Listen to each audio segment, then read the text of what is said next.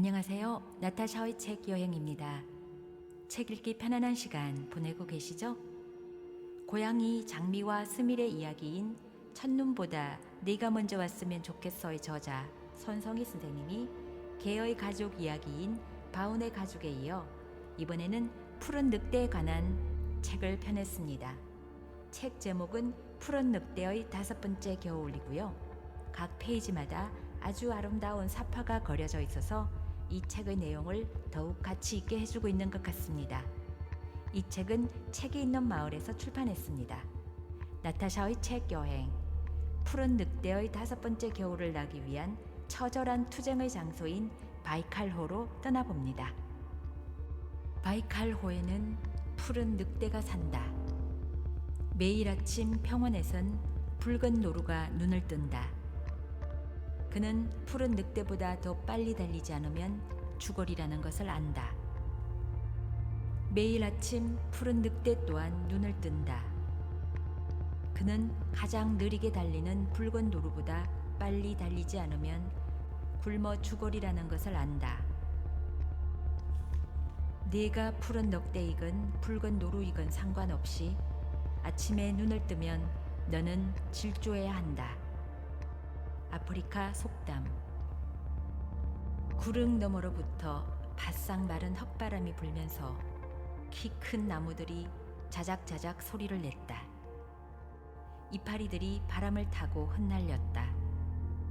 호수는 차갑게 빛나고 먼 평원까지도 흙먼지가 가득했다. 하늘은 잿빛이다. 원래 가을은 하늘이 맑아야 한다.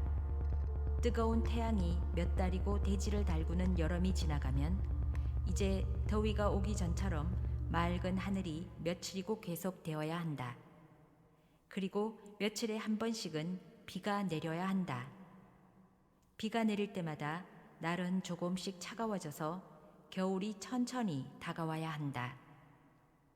올해의 가을은 그렇지 않다.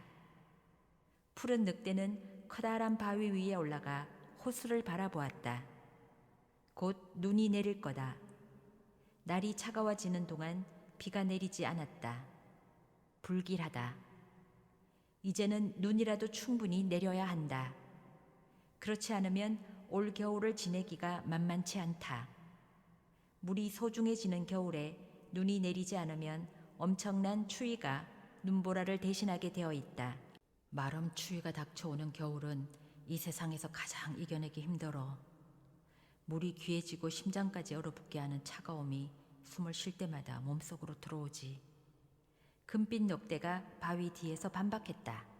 아직은 아니야. 붉은색 곰도 아직 동굴로 들어가지 않았어. 나뭇잎들도 아직 매달려 있어. 달이 20분도 더 뜨고 나서야 눈이 내릴 거야. 푸른 늑대는 고개를 돌려 바위 뒤에 서서 자신을 올려다보는 친구들을 바라보았다. 시간을 잘못 재고 있구나.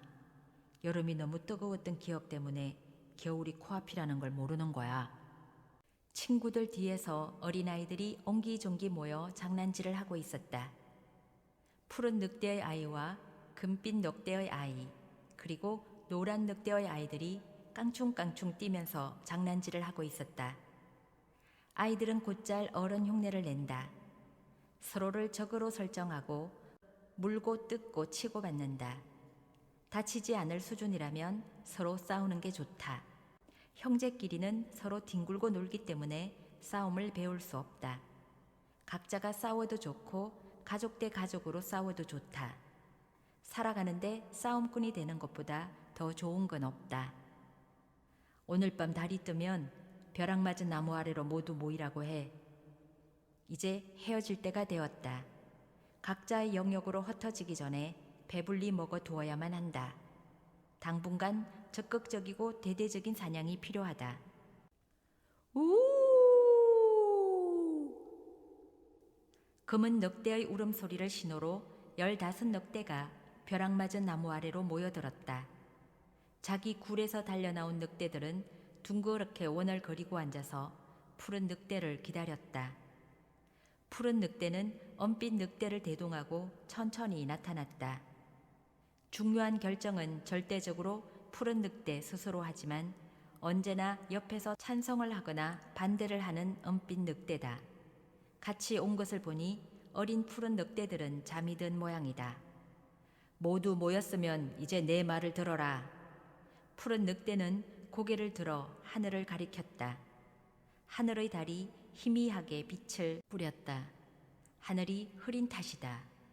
가장 빛나게 반짝이던 북쪽 하늘의 별도 힘을 잃어서 깜빡이고 흔들렸다. 하늘을 봐. 흙바람이 계속 불어서 모든 게 희미하잖아. 그런데 비가 내리지 않아.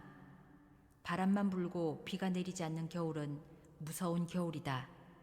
아직 젊은 늑대들은 푸른 늑대의 말을 알아듣지 못했다. 하지만 나이 든 늑대들은 푸른 늑대의 말을 알아들었다. 특히 푸른 늑대의 형제인 금빛 늑대는 충분히 알아듣고 수긍했다. 눈이 내리지 않는 겨울은 온 세상을 얼어붙게 한다. 우리는 힘을 비축해야 해. 젊은 늑대들은 이해하지 못했다. 물이 없어지는 건 아니잖아요. 물 대신 얼음도 먹을 수 있지 않나요? 푸른 늑대는 나지기 크릉 소리를 내서 물정 모르는 젊은 늑대들의 입을 다물게 했다. 알고 있다. 너희들 이빨은 얼음을 깨먹기에 충분해. 그러나 얼음만 먹고 살 수는 없지. 날이 무섭게 차가워지면 너희는 아무것도 맛보지 못할 거다. 겨울 내내 사슴이나 순록은 한 마리도 구경하지 못할 거야. 기껏해야 작은 쥐 한 마리로 며칠을 견뎌야 될 거다. 그럼 어떻게 해야 하죠? 따뜻한 곳으로 이동해야 하나요? 푸른 늑대는 고개를 끄덕였다. 호수 건너편으로 간다. 거기서 겨울을 지내야 한다. 무리들이 웅성대기 시작했다. 호수 건너편은 따뜻하고 먹을 것도 많다. 사냥이라고 할 것도 없이 아주 쉽게 먹을 것을 구할 수 있다. 호수를 따라 길게 이어지는 절벽 아래 평평한 땅에서는 사슴들이 겨울을 난다. 웅성대는 이유는 그곳이 자신들의 땅이 아니기 때문이다. 그곳에는 사나운 회색 늑대들이 무리지어 살고 있다. 언제인가 짝짓기를 위해서 떠돌던 갈색 늑대는 스물도 넘는 회색 늑대 무리를 만나서 거의 죽을 뻔했다고 전했다. 갈색, 너는 회색 늑대들이 어디 머무는지 알고 있지? 푸른 늑대의 질문에 갈색 늑대가 고개를 끄덕였다. 회색 늑대들의 땅을 빼앗는 일은 위험하고 무모할 수도 있지만 푸른 늑대가 결정하면 물러설 수 없다. 언젠가 어린아이들을 지키라는 푸른 늑대의 명령을 어기고 들쥐를 가지고 노는데 정신을 빼앗겨서 자기 맡은 일을 소홀히 한 젊은 늑대가 있다. 덕분에 어린아이들은 붉은 곰이 다가오는 줄도 모르고 동굴을 나와 놀다가 크게 다친 적이 있다. 그때 젊은 늑대는 푸른 늑대에게 다리를 물려서 평생을 다리 저는 신세가 되어야만 했다. 자기가 맡은 일을 소홀히 하면 누군가가 그 대가를 치른다. 푸른 늑대는 모두를 위한 역할을 마다않는 늑대를 용서하지 않는다. 꼭 그런 모험을 해야만 하나요? 은빛 늑대는 동굴에서 아이들의 털을 골라주다 말고 생각에 빠져 있는 푸른 늑대를 걱정스런 눈빛으로 바라보았다. 어쩔 수 없어. 5번째 겨울이야. 재난이 닥치기 전에 승부를 걸어야만 해. 여기서는 올 겨울을 지낼 수 없어. 하지만 예상외로 지낼만 할 수도 있잖아요. 붉은 곰이 아직 활동하고 있어요. 그건 붉은 곰도 위험을 감지하고 있기 때문이야. 깊은 잠을 자기 전에 조금이라도 더 영양을 비축하려고 애쓰고 있을 뿐이야. 지난 겨울보다 훨씬 더 긴 겨울을 준비하는 거라고. 만일 있는 전력을 전부 쏟아서 전쟁을 치르다가 실패하면 더 힘들어지지 않겠어요? 아마도.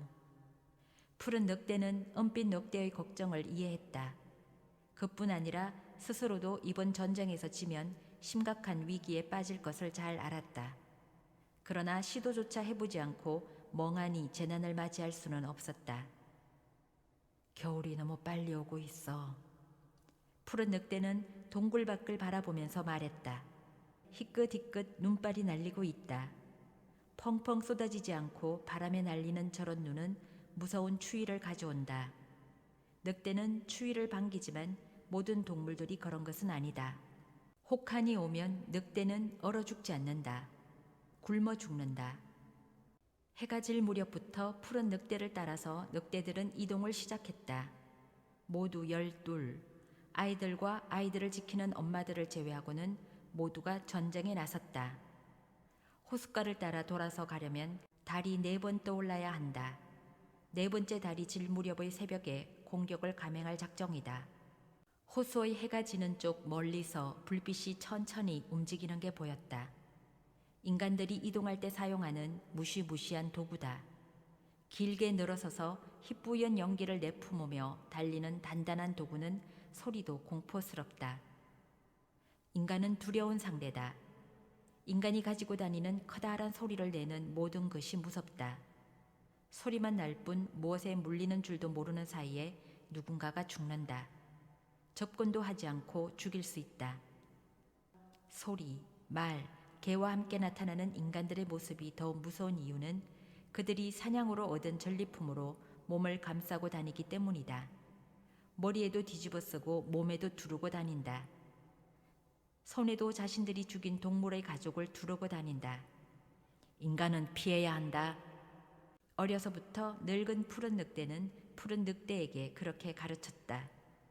상대할 생각 말고 무조건 달아나야 한다. 숨는 것도 불가능하다. 인간은 늑대보다 더 참을성 있고 오래 버틴다. 그들은 추위를 이겨내는 뜨거운 물질을 가지고 있고 미리 준비한 음식을 먹고 무서운 소리를 내며 달리는 커다란 도구를 이용해서 순식간에 따라잡는다. 인간은 숨어서 기다리는 것도 늑대보다 뛰어나다. 그들은 동물의 사체로 유인해서 늑대의 힘으로는 결코 벗어날 수 없는 무시무시한 도구로 늑대의 발을 잡아챈다. 혹은 목이나 허리를 잡혀서 두동강이 나는 수도 있다. 인간들에게도 약점은 있다. 날카로운 이빨도 눈밭을 빠지지 않고 달리는 강하고 빠른 발도 없다. 어둠 속에서 멀리 볼 수 있는 능력이나 소리를 듣는 능력도 없고 특히 냄새를 맡지 못한다. 그 대신 인간에게는 수많은 도구가 있고 인간들을 기꺼이 돕는 개와 말이 있다. 개는 늑대만큼 냄새를 맡고 말은 늑대보다 빨리 달린다. 그러나 뭐니 해도 가장 두려운 건 인간이 앞발에 들고 다니는 긴 막대기다. 인간은 가장 막강한 적인 곰보다도 더 강하다. 인간의 앞발은 곰의 앞발과 다르고 특히 인간이 들고 다니는 큰 소리를 내는 막대기는 곰이 들고 휘두르는 막대기와는 차원이 다르다. 두 가지 소리는 아무리 멀리서 들려도 달아나야 한다. 막대기가 내는 소리와 개가 짖는 소리다. 늙은 푸른 늑대는 언제나 그렇게 푸른 늑대에게 주의를 주었다. 푸른 늑대의 작전은 간단하지만 가장 유용한 방식이다. 먼저 금빛 늑대와 갈색 늑대가 회색 늑대들의 사냥터를 어슬렁대서 그들의 하를 돋군 다음 호숫가 절벽 중간에 난 길로 유인하는 것이다. 회색 늑대들이 절벽 사이에 난 좁은 길을 따라 추격해오면 절벽 위쪽에 숨어서 기다리던 푸른 늑대와 동료들이 덮쳐서 절벽 아래로 밀어 떨어뜨리는 작전이다. 함께 떨어지고 싶지 않으면 조절을 잘 해야 한다. 내가 공격하라고 하면 공격하다가 내가 먼저 피하면 너희들도 슬쩍 피해서 절벽 안쪽의 가장자리로 붙어야 한다. 사실 위험한 작전이다. 늙은 푸른 늑대는 푸른 늑대에게 항상 말했다. 아무리 작은 새끼양을 사냥할 때라도 반드시 험한 곳으로 몰아넣어야 한다. 그만큼 늑대들은 유인에 뛰어나고 다른 짐승들의 유인에는 넘어가지 않는다. 상대를 무시하는 법 없이 작은 일에도 신중하고 정성을 다한다. 이번 일의 성패는 금빛 늑대와 갈색 늑대가 얼마나 연기를 잘 하느냐에 달렸다. 작전은 완벽하다. 금빛 늑대와 갈색 늑대는 위험을 무릅쓰고 회색 늑대들의 사냥터로 들어갔다. 회색 늑대들이 사는 언덕 아래에는 몰려다니는 붉은 노루가 보였다. 역시 멋진 사냥터였다. 금빛 늑대와 갈색 늑대를 발견한 회색 늑대들은 경고의 뜻으로 길게 울었다. 언덕 전체에 울려 퍼진 울음소리를 신호로 언덕 곳곳에서 회색 늑대들이 모습을 드러냈다. 금빛 늑대와 갈색 늑대는 경고를 무시하고 노루 한 마리를 이리저리 추격하면서 회색 늑대들의 신경을 끌었다. 회색 늑대들이 서서히 침입자를 응징하기 위해서 모여들기 시작했다. 마침내 회색 늑대들이 달려오기 시작했을 때 금빛 늑대와 갈색 늑대는 놀라는 척하다가 냅다 달리기 시작했다. 그러나 아주 속도를 낸 것은 아니다. 만일 너무 빨리 달아나서 영역을 벗어나면 회색 늑대들은 침입자를 쫓아낸 것으로 여겨 추격을 멈출 수 있다. 만일 먹이가 귀한 환경이라면 같은 늑대라도 침입자들을 악착같이 추격해서 잡아먹고자 할 테지만 사냥감이 풍족한 회색 늑대들은 공연한 싸움은 피할 것이다. 감정을 건드려야 한다. 대부분의 늑대들은 우두머리의 명령을 절대적으로 따른다. 우두머리는 자부심이 강하다. 우두머리는 무시당했다고 느끼는 순간 결코 물러서지 않을 것이다. 무조건 절벽 쪽으로 달아날 게 아니라 아슬아슬하게 요리조리 달아나면서 신경을 긁어줘야 한다. 마침내 약이 오른 회색 늑대의 우두머리는 전격적인 추격을 명령했다. 회색 늑대들은 일제히 금빛 늑대와 갈색 늑대를 뒤쫓기 시작했다. 금빛 늑대와 갈색 늑대는 이제 속도를 내면서 마치 호수 건너로 달아나려는 듯이 절벽을 향해 달렸다. 회색 늑대들은 전력으로 쫓느라 절벽 사이에 난 좁은 길로 들어설 때쯤에는 거의 일렬로 늘어서게 되었다. 한쪽은 호수를 향한 낭떠러지이고 한쪽은 위로 비스듬하게 치솟은 절벽이다. 그 사이의 좁은 길에서는 어쩔 수 없이 일렬이 되고 만다. 금빛 늑대와 갈색 늑대는 절벽 사이로 난 좁은 길 한가운데서 갑자기 속도를 줄이고 몸을 돌렸다.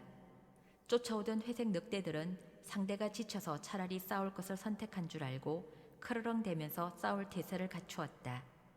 푸른 늑대와 나머지 늑대들은 위쪽에 몸을 낮추고 숨어 있었다. 바람이 호수에서 불어와 들킬 염려는 없었다. 점점 다가오는 회색 늑대들. 이제는 눈 바로 아래에 회색 늑대들의 등이 보였다. 푸른 늑대는 회색 늑대 무리들 가운데서 우두머리를 찾으려고 눈을 번뜩였다. 우두머리는 우두머리를 알아본다. 그저 힘이 강하고 잘 싸운다고 해서 우두머리가 아니다. 우두머리는 지혜와 경험이 풍부하다. 한눈에 보아도 기세와 위엄이 남다르다. 푸른 늑대는 회색 늑대들 중에서 우두머리 늑대를 노리고 몸을 날렸다. 가파른 비탈이어서 위에서 아래로 내려오는 건 어렵지 않았다. 오히려 너무 빨리 내려가서 몸이 균형을 잃을까 걱정이다. 푸른 늑대가 회색 늑대들 중 우두머리 늑대를 덮치는 순간 다른 늑대들도 일제히 회색 늑대들을 향해 돌진했다. 늑대와 늑대들은 서로를 향해 송곳니를 드러내면서 무섭게 뒤엉켜 싸우기 시작했다.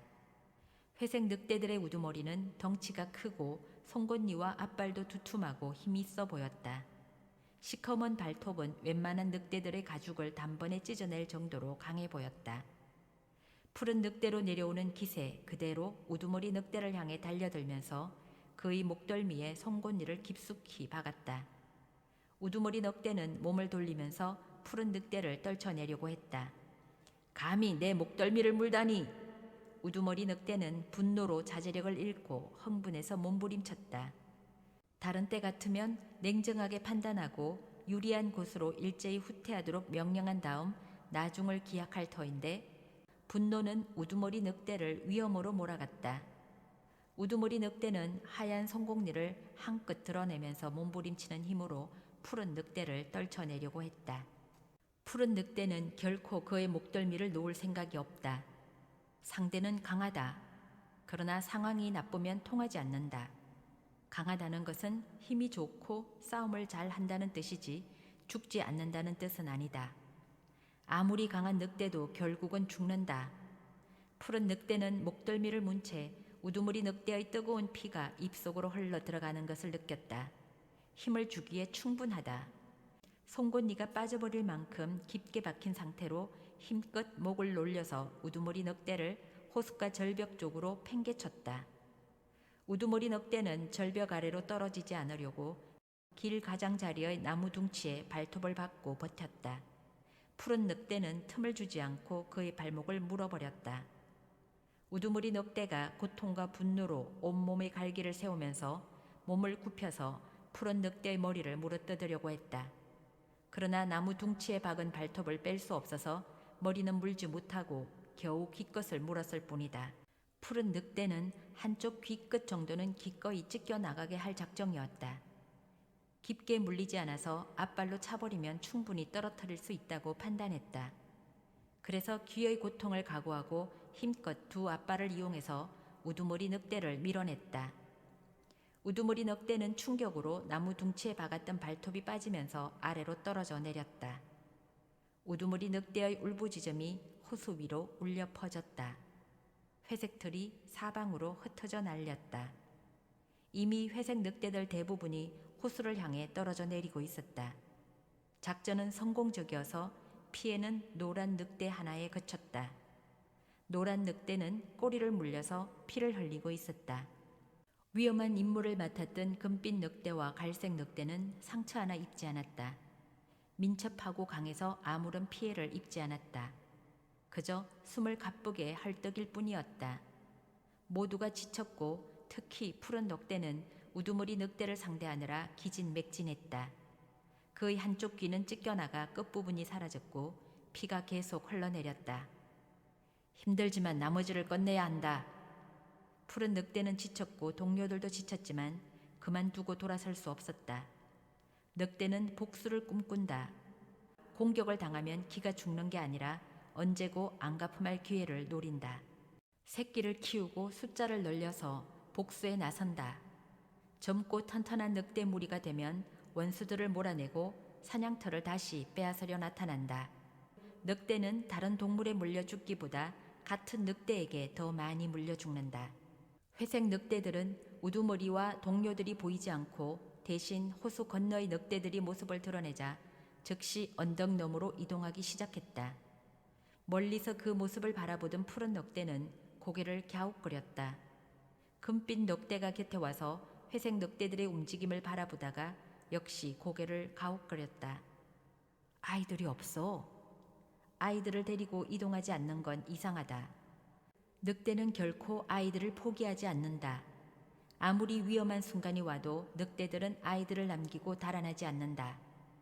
일부는 아이들을 데리고 달아나고 일부는 적을 상대하면서 시간을 끌어서 기어이 아이들을 데리고 달아난다. 푸른 늑대는 순간적으로 큰일이 일어났음을 깨달았다.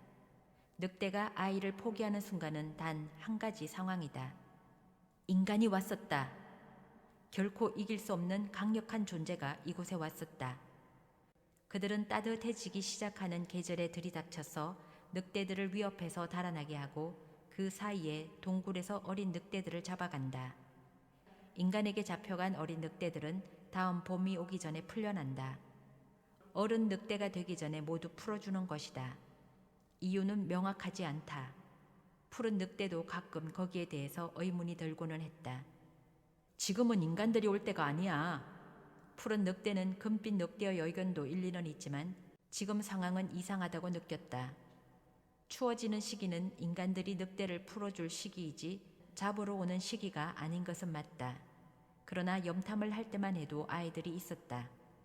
저 회색 늑대들은 우리를 피해 달아나는 게 아니야. 푸른 늑대는 주변을 둘러보았다. 우리 우두머리와 주력이 모두 당했다고 해도 아이들을 두고 달아날 회색 늑대들이 아니다. 엄마 늑대들은 아이를 쉽게 포기하지 않는다. 탕! 굉음이 울렸다. 땅이 흔들리면서 새들이 푸드덕거리며 일제히 달아올랐다. 인간이다! 푸른 늑대는 오던 길로 돌아서 달렸다. 금빛 늑대도 갈색 늑대도 푸른 늑대가 명령을 내리기도 전에 몸을 돌려 달리기 시작했다. 인간이 나타난 경우에는 무조건 달아나는 게 늑대들의 공통된 약속이다. 모두가 한 방향으로 달리지 않는다. 사방으로 흩어져 달린다. 이리저리 방향을 바꾸면서 달린다. 숲으로 달린다. 숲이 없으면 계곡으로 달린다. 물을 건너고 숨이 차면 바위 틈에서 쉰다. 탕, 탕. 굉음이 다시 울렸다. 달리다가 돌아보니 언덕 위로 향하던 회색 늑대 하나가 굴러 떨어지는 게 보였다. 아직 푸른 늑대 일행을 본 건 아닌 듯하다. 절벽 위로 달린다. 푸른 늑대는 평소의 약속이 아닌 새로운 작전을 실행했다. 절벽 위로 올라가서 달리면 인간의 시야에서 벗어날 수 있다. 올라가는데 힘은 들지만 절벽 위의 숲은 아직 우거져 있고 비탈을 따라 호수 건너로 달아날 수 있다. 푸른 늑대의 명령에 따라 모두가 절벽으로 향했다. 호수 건너로 돌아오는 길은 유난히 힘들었다.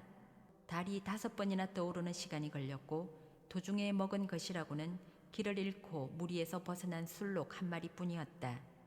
늑대 12이 먹기에는 턱없이 부족했지만 그 힘으로 버틸 수밖에 없었다. 늑대는 열을 발산하는 땅구멍이 없으므로 오래 달리기에 취약하지만 추울 때는 달라진다. 최고 속도로 심장이 터져서 죽을 때까지 달릴 수 있다. 마음만 먹으면 달리다가 죽을 수도 있다. 그러나 그렇게 속도를 낼 수 없었다. 일단 노출을 최대한 피하면서 달려야 했다. 인간들은 아주 멀리 볼 수 있다. 정확하게 볼 수도 있다. 어두운 밤에도 어김없이 작은 움직임을 알아챈다. 늑대에게는 그런 능력이 없다. 다른 동물들에 비해서는 냄새를 맡는 것도 멀리 보는 것도 심지어 어두운 밤에 대나처럼 환히 보는 것도 뛰어나다. 하지만 인간이 가지고 다니는 멀리 보는 도구와 비교할 수는 없다. 인간들은 그 도구를 긴 막대기 위에 꽂고 다니다가 아주 먼 거리에서 공격한다. 인간들에게 들키지 않고 우리 영역으로 돌아간다. 푸른 늑대의 말은 긴 설명이 필요하지 않았다. 모두가 푸른 늑대가 하는 그대로 몸을 숨기면서 나무들 사이로 숨어서 달렸다. 다행히 인간들은 더 이상 쫓아오지 않는 것 같았다. 호수 북쪽 제자리로 돌아왔을 때는 모두가 지쳐서 각자의 동굴로 들어가 깊은 잠에 빠져들었다. 잠들지 못한 것은 푸른 늑대뿐이었다. 5번째 겨울이다. 마치 약속이라도 한 것처럼 정말 눈이 내리지 않는 겨울이다. 그런데 애써 회색 늑대들을 물리치고 차지하려던 천국과도 같은 사냥터는 인간들 때문에 포기할 수밖에 없었다. 걱정 말아요. 다 잘 될 거예요. 흩어져서 겨울을 보내면 되잖아요. 은빛 늑대는 푸른 늑대를 위로했지만 푸른 늑대는 이제 이 호수 북쪽에서 고통스러운 추위를 견딜 수밖에 없다는 걸 생각했다. 흩어져서 추위를 이겨낼 수 없을지도 몰라. 어째서요? 추위가 오면 언제나 그렇게 했잖아요. 아무도 살아남지 못할 거야. 당신은 걱정이 너무 많아요. 극심한 추위는 매번 오지만 다들 살아남았어요. 푸른 늑대는 더 말하지 않았다. 늙은 푸른 늑대는 푸른 늑대에게 말해주었다. 5번째 겨울의 추위는 무서운 추위다. 좋은 사냥터를 확보하지 않으면 아무도 살아남지 못할 거다. 바로 그 5번째 겨울이 닥쳐오고 있다. 그리고 그 징조는 곳곳에서 나타나고 있다. 먼저 다른 때처럼 추위보다 앞서 눈이 내리지 않는다. 눈이 내리지 않고 추위가 닥쳐오면 비가 내리지 않는 더운 날들과 같다. 힘든 날들이 이어지면 서로가 살아남기 위해서 온갖 짓을 다하게 되어 있다. 모두가 온갖 짓을 다하는 세상이 되면 늑대도 온갖 짓을 다해야 한다. 그럴 때 가장 유리한 건 인간이다. 인간은 추위를 이길 줄 안다. 밝게 빛나고 따뜻해지는 도구를 가지고 있다. 인간들에게 붙들려 가서 살다가 풀려나온 뜨돌이 늑대가 알려주었다. 인간들은 불이라는 도구를 가지고 있어. 언제라도 그걸 이용하지. 그러면 얼마나 따뜻한지 몰라. 우리는 추위를 이기기 위해 갓 잡은 사냥감의 뜨거운 피와 내장이 필요하지만 인간들은 얼어붙은 고기도 언제든지 뜨겁게 만들어서 먹을 수 있다니까. 늑대에게는 없는 게 너무 많다. 바람도 불지 않는 추위가 닥쳤다. 늑대들은 동굴에서 움직이지 않았다. 동굴 안도 따뜻하지 않았다. 어린 푸른 늑대들은 은빛 늑대를 보챘다. 푸른 늑대의 입을 쳐다보기도 했다. 다른 때 같으면 잔뜩 먹고 와서 토해줄 것이다. 먹은 게 없다. 푸른 늑대는 동굴 입구를 막고 앉아 있었다. 그렇게 하면 안쪽의 은빛 늑대와 어린 푸른 늑대는 조금 덜 추울 것이다. 어린 푸른 늑대들은 하루 종일 끙끙댔다. 배가 고프니까 은빛 늑대를 조르다가 다시 푸른 늑대를 바라보며 간절한 눈빛을 보냈다. 아무래도 나가봐야 할 것 같아. 푸른 늑대는 은빛 늑대에게 말했다. 지난 겨울 기억하지? 물을 찾아다니다가 얼어 죽은 들소 말이야. 그런 행운을 기대하시는 거예요? 가만히 있으면 행운이 와도 모를 테니까. 푸른 늑대는 동굴을 나서서 산과 호수 사이에 펼쳐진 넓은 벌판을 천천히 돌아다녔다.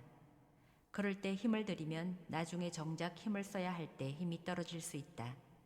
배가 고프고 추울 때는 힘을 아껴야 한다. 한낮의 햇살은 반짝거렸지만 열기가 없었다. 해가 지고 달이 떠오르면 추위가 심해져서 웬만한 추위에는 몸을 웅크리지 않는 푸른 늑대도 저절로 이제 그만 바위 밑이라도 찾아 들어가서 자고 싶어진다. 그러나 쉬려고 나선 길이 아니다. 달이 2번 떠오르고 해가 다시 2번이나 뜨고 지도록 호숫가를 배회했다. 3번째 저녁이었다. 붉은 노을을 등지고 걷던 푸른 늑대는 그제야 바람결에 실려오는 붉은 여우의 냄새를 맡았다. 그다지 멀지 않는 곳이다. 푸른 늑대는 기대감으로 심장이 쿵쿵 뛰었다. 왜냐하면 바람이 자신을 향해 불어와서 가까이 접근할 때까지 붉은 여우는 알아차리지 못할 것이고 어느 정도 거리가 좁혀지면 여우가 제 아무리 빨리 달아나도 결국 지구력에서 처질 것이고 결국 생을 포기하게 될 것이다. 푸른 늑대는 서서히 냄새나는 쪽을 향해 속도를 내기 시작했다. 멀리 붉은 여우가 마른 흙 속을 노려보고 있었다. 붉은 여우는 냄새를 아주 잘 맡는다. 그런데 얕은 흙 속을 기어가고 있는 생쥐에 홀려서 푸른 늑대가 접근하는 것도 모르고 있다. 붉은 여우는 펄쩍 뛰었다가 흙 속으로 곤두박질했다. 작은 생쥐 하나를 입에 물고 의기양양해서 고개를 쳐들었다. 그리고 그제야 뭔가 실수한 것을 깨닫고 생쥐를 입에 문 채 달리기 시작했다. 너도 어지간히 배가 고프구나. 이 와중에도 입에 문 새앙쥐를 놓지 못하다니. 푸른 늑대는 속도를 내서 달리기 시작했다. 붉은 여우는 재빠르다. 거리가 좁혀지지 않았다. 푸른 늑대는 조바심을 내지 않고 일정한 속도로 붉은 여우를 쫓았다. 붉은 여우는 점점 속도를 줄였다. 지금쯤 심장이 터질 것 같고 호흡이 어렵고 네 발은 허공을 밟는 것처럼 어지러울 것이다. 푸른 늑대는 힘을 모아서 내달렸다. 바람보다 빨리 달려서 붉은 여우의 꼬리를 낚아챘다. 붉은 여우는 푸른 늑대의 이빨에 꼬리를 물린 채 허공으로 떠올랐다가 멀리 나가 떨어졌다. 다시 일어나려고 했지만 이미 전의를 상실한 상태인지라 얼어붙은 땅바닥에서 허우적댈 뿐이었다. 다가가서 보니 이미 뒷다리 하나가 부러졌다. 푸른 늑대는 붉은 여우의 목을 물어 숨통을 끊었다. 아직 식지 않은 붉은 여우의 체온이 느껴졌다. 축 늘어진 붉은 여우를 입에 물고 영역으로 돌아가려고 몸을 돌렸다. 순간 푸른 늑대는 익숙한 냄새를 맡았다. 그 냄새는 산기슭에서 나는 냄새였다. 노란 늑대가 틀림없다. 혼자 어린아이를 키우며 사는 외톨이 늑대였지만 무리에서 자기 맡은 일을 잘 해내면서 열심히 살아가는 늑대였다. 푸른 늑대는 냄새를 따라 산과 산 사이의 계곡으로 들어섰다. 계곡에서 산으로 오르는 길목에서 노란 늑대가 숨을 헐떡거리며 제자리 걸음을 하고 있었다. 등덜미에서 피가 흘러내리다가 굳은 피딱지가 검붉었다. 이봐, 어떻게 된 거야? 푸른 늑대가 다가가며 물었다. 노란 늑대는 푸른 늑대를 발견하더니 그대로 그 자리에 엎드려 버렸다. 이미 생을 포기한 듯한 모습이었다. 누구와 싸운 거야? 싸운 게 아니야. 사냥개에게 물렸어. 사냥개라니? 푸른 늑대는 깜짝 놀랐다. 호수 위까지 인간이 왔었던가. 그런데 자신은 어째서 몰랐는지 이해할 수가 없다. 그게 아니야. 내가 호수를 건너갔었어. 저런 바보같이. 어쩔 수 없어서 내 아이가 지금. 푸른 늑대는 노란 늑대를 이해했다. 어미로서 인간이 있는 곳에라도 가야만 했던 심정을 충분히 헤아릴 수 있었다. 그나마 여기까지 달아날 수 있었던 것은 내 발이 멀쩡해서일 것이다. 등에서 피가 나오다 멈춘 것을 보아서는 그다지 크게 다친 것 같지는 않았다. 다만 이제 지친 것일 뿐. 내장을 먹어. 푸른 늑대는 입에 물고 있던 붉은 여우를 노란 늑대 앞에 내려놓았다. 아직은 식지 않은 여우의 내장은 노란 늑대에게 힘을 줄 것이다. 노란 늑대는 힘겹게 몸을 일으켜 여우의 내장을 한 입 베어 물었다. 뜨거운 기름과 피가 목을 타고 넘어가자 눈에 생기가 돌고 다리에 힘이 들어갔다. 한 입만 더 허용할게. 나도 은빛 늑대와 어린 푸른 늑대가 기다려. 노란 늑대는 한 번 더 베어 물었다. 푸른 늑대는 내장이 없는 붉은 여우를 동굴 안에 내려놓았다. 어린 푸른 늑대들이 달려들었다. 은빛 늑대는 푸른 늑대를 쳐다보았다. 한눈에 보아도 푸른 늑대는 내장을 먹지 않은 듯 했다. 내장은 누가 먹었어요? 노란 늑대와 어린 노란 늑대. 푸른 늑대는 더 말하지 않고 동굴 입구로 가서 길게 드러누웠다. 배가 고팠지만 은빛 늑대와 어린 푸른 늑대가 다 먹은 뒤에 남는 뼈와 가죽을 먹을 작정이다. 동굴 밖은 새벽 안개로 자욱했다. 오늘도 맑은 날이겠구나. 눈은 내리지 않겠구나. 생존의 처절함은 참 가혹하네요. 나머지 부분은 책을 구입해서 읽어보시기 바랍니다. 지금까지 나타샤의 책 여행이었습니다.